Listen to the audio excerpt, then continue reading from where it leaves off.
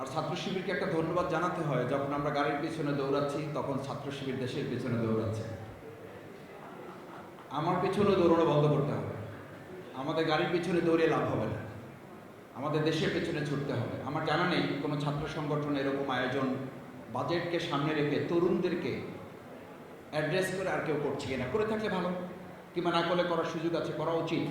আমি বলছি না ছাত্র শিবিরই করে শেষ হয়ে যাক, করা উচিত। আমাদের গাড়ির পিছনে যত দৌড়ানো দরকার তার চেয়ে আমাদের দেশের পিছনে, সুযোগের পিছনে। আপনি দেখবেন এখানে প্রবন্ধকার বাংলাদেশ, ভিয়েতনাম, থাইল্যান্ড, দক্ষিণ কোরিয়া, ভারত সুযোগগুলো দিয়েছে।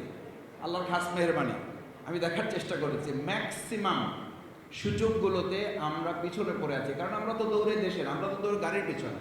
এবং এটা যে শুধু 2026-এ দৌড়ানো হচ্ছে তা না, এরকম দৌড়িয়ে আমাদের বহু ছেলেদেরকে গাড়ির নিচে পড়ে মারাও যেতে হয়েছে। এই গাড়ির নিচে পড়ে মারা যাওয়ার কারণে জুলাইয়ে যারা গুলিতে মারা গেছে তাদেরকে আমরা এখন ভুলতে বসেছি। কেন ভুলতে বসেছি জানেন?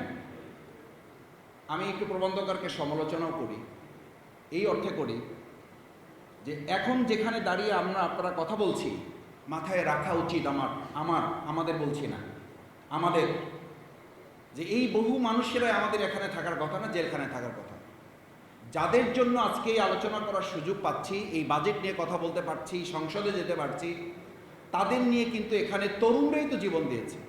শিক্ষার্থীদের উপরে ভিত্তি করে যে আন্দোলনটা একটা পর্যায়ে গিয়েছে, এটা নিয়ে কেউ কথা বলেন, কেউ রান করেছেন, কেউ 300 রান একসাথে করে ফেলে দিয়েছেন, নানান কথা রয়েছে। যত কথাই থাকুক, একটা কথা তো আপনারা চোখের পানি ফেলতে গাড়িতে বসে বসে স্বীকার করেছেন, আহারে এই তরুণ বাচ্চাদের রক্তের উপরে ভিত্তি করে আমরা আজ মুক্ত হতে পেরেছি।